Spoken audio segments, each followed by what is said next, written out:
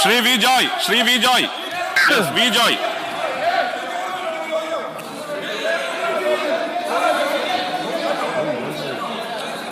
Please, Joy, please. Shri Vijay, please. Sir. ഇത് കഴിഞ്ഞിട്ട് തരാം. Sir. സുതാര്യവും സുഗമവുമായി പ്രവർത്തിക്കുന്ന ഒരു സംവിധാനമാണ് കേരളത്തിലെ മുഖ്യമന്ത്രിയുടെ ദുരിതാശ്വാസ നിധി.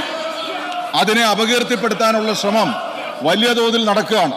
സാർ, എന്റെ ചോദ്യം, കടൽക്ഷോഭം മൂലം എന്നോട് വർത്തമാനം പറയണം. ഇങ്ങോട്ട് പറഞ്ഞാൽ മതി.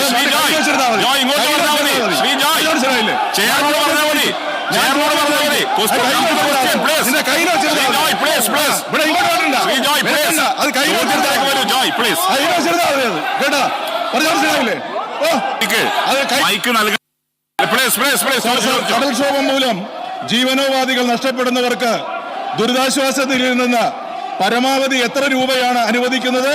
മത്സ്യബന്ധന വകുപ്പ് അനുവദിക്കുന്ന തുകയ്ക്ക് പുറമെ ഈ തുക അനുവദിക്കാൻ വ്യവസ്ഥയുണ്ടോ? ബഹുമാനപ്പെട്ട സി എം.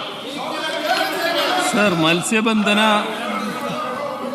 ഘട്ടത്തിൽ അപകടം പറ്റുന്ന മത്സ്യത്തൊഴിലാളികൾക്ക് സഹായം നൽകുന്നതിനുള്ള പദ്ധതി നേരത്തെ മുതൽ നമ്മുടെ സംസ്ഥാനത്ത് നിലവിലുണ്ട്. അതിൻ്റെ ഭാഗമായുള്ള ഇൻഷുറൻസ് തുകയായിരുന്നു ലഭിച്ചുകൊണ്ടിരുന്നത്.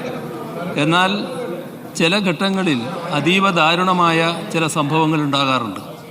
ഈ തൊഴിലാളി ചിലപ്പോൾ അംഗമായി രജിസ്റ്റർ ചെയ്തിട്ടുണ്ടാവില്ല, ഇൻഷുറൻസിൻ്റെ പരിധിയിൽപ്പെട്ടിട്ടുണ്ടാവില്ല.